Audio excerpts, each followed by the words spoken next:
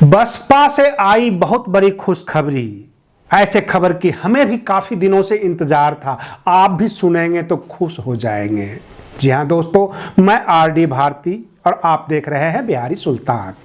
Bahujan Samaj party की राष्ट्रीय अध्यक्ष बहन मायावती जी ने एक बहुत बड़ा ऐलान किया है। अपने कोऑर्डिनेटर्स, अपने जिला अध्यक्ष, सबको यह आदेश दिया है कि उत्तर प्रदेश के 75 जिले में जो गांव में लड़के काम कर रहे हैं, जो प्रखंड स्तर पर काम कर रहे हैं, उन्हें चिन्हित किया जाए और उनको अहम जिम्मेदारी दिया जाए।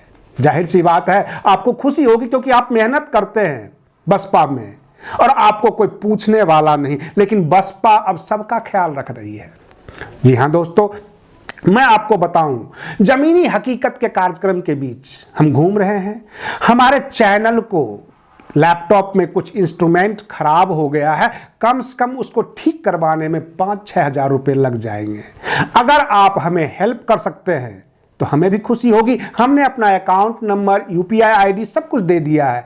अगर आप ये समझते हैं यह सार्वजनिक काम है, सामाजिक काम है, संगठन का है, कहने का मतलब एक समाज का है, तो आप हमें जरूर हेल्प कर सकते हैं। और मैं आपको आगे की खबर बता रहा हूं, जैसे कि बहन मायावती जी ने केंद्र सरकार को आड़े हाथों लेते हुए कहा कि सरकार ओबीसी की जनगणना क्यों नहीं कराना चाहती है। जो हलफनामा दिया है कि हम सबकी करवा लेंगे, ओबीसी की नहीं। क्या ओबीसी राजनीतिक मोहरा बनकर रहेगी?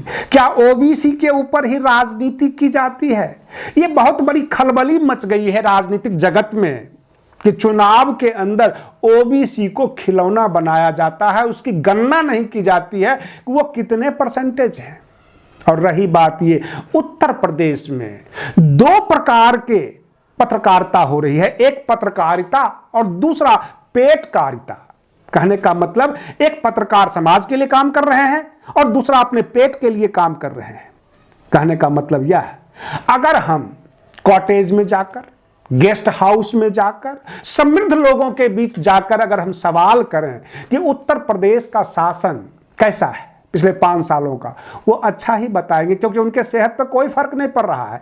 डॉक्टर से अगर पूछेंगे तो डॉक्टर तो अच्छा ही बताएंगे, वो कोरोना के 4 नियम बता देंगे। वो ये नहीं बताएंगे कि पिछले 2 साल से उन्होंने कितना लूटा है, सरकार ने कोरोना के नाम पे क्या क्या खेल किए हैं। डॉक्टर क्यों बताएगा? फार्मास्यूटिकल्स के स्टाफ हमें क्यों बताएंगे? अगर पत्रकार सही जानना चाहता है तो कभी बहुजन समाज के झोपड़ियों में जाए, उन झोपड़ियों में जाए जहां आज शाम की रोटी की व्यवस्था नहीं है। 2 साल से बच्चे स्कूल नहीं गए हैं, बच्चे पढ़ना भूल गए हैं। कभी उन बच्चों के माता पिता से पत्रकार सवाल करे, तब जाकर पता लगेगा कि उत्तर प्रदेश की शासन कैसी है। क्राइम रिपोर्ट में नंबर 1 पर उत्तर प्रदेश है। और रही बात ये, मैंने कई बार आपको ये बातें दोहराई है कि जो उत्तर प्रदेश में जो लूटपाट थी, गुंडा राज था, वो सड़कों से निकलकर दफ्तर में पहुंच गया। जितने भी लोग वहां पर क्राइम से जुड़े हुए थे, वो अपना रूप रंग बदल लिए। और इस तरह से उत्तर प्रदेश जो है सीआरबी के रिपोर्ट के मुताबिक नंबर 1 पे आ गई। बहन मायावती जी समय समय पर ट्वीट के जरिए केंद्र सरकार के आगे विरोध करती रही।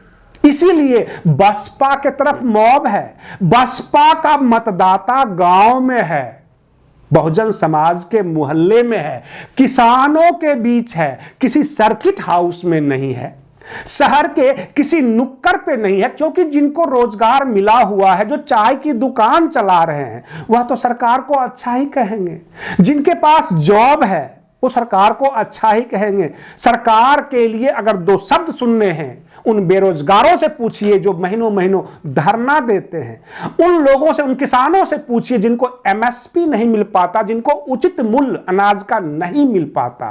तब जाके पत्रकारिता रंग लाती है। असलियत आपके सामने लेकर मैं आता हूं और आपके लिए, आपकी दर्द भरी आवाज को उठाने के लिए हम निकल चुके हैं। लोगों से बारंबार पूछ रहे हैं, ऐसे लोगों से हम पूछते हैं जिनके गाल पिचके हुए हैं, जिनकी हालात खराब है, वो जरूरतमंद दिखते हैं, उनसे सवाल करते हैं। जो आदमी मुस्कुरा रहा हो, जिसके गाल लाल लाल हों, जिसके देह पे कपड़े अच्छे हों, उनसे क्या पूछेंगे? वो तो पहले से ही लगता है कि लूटे पीटे बैठे हुए हैं और लूट के बैठे हुए हैं। ऐसे लोगों से क्या पूछना।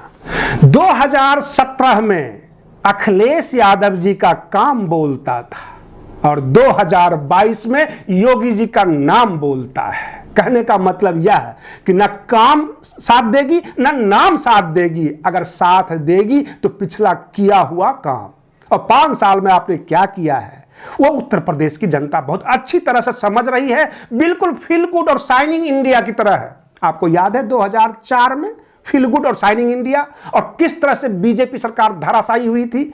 उसी तरह 2022 में बहुजन समाज पार्टी की सत्ता आने वाली है और नेक्स्ट जो है सीएम बहन मायावती जी बनने वाली हैं। आप बने रहिए बिहारी सुल्तान चैनल पर। हम फिर मिलते हैं अगले वीडियो में। तब तक के लिए धन्यवाद।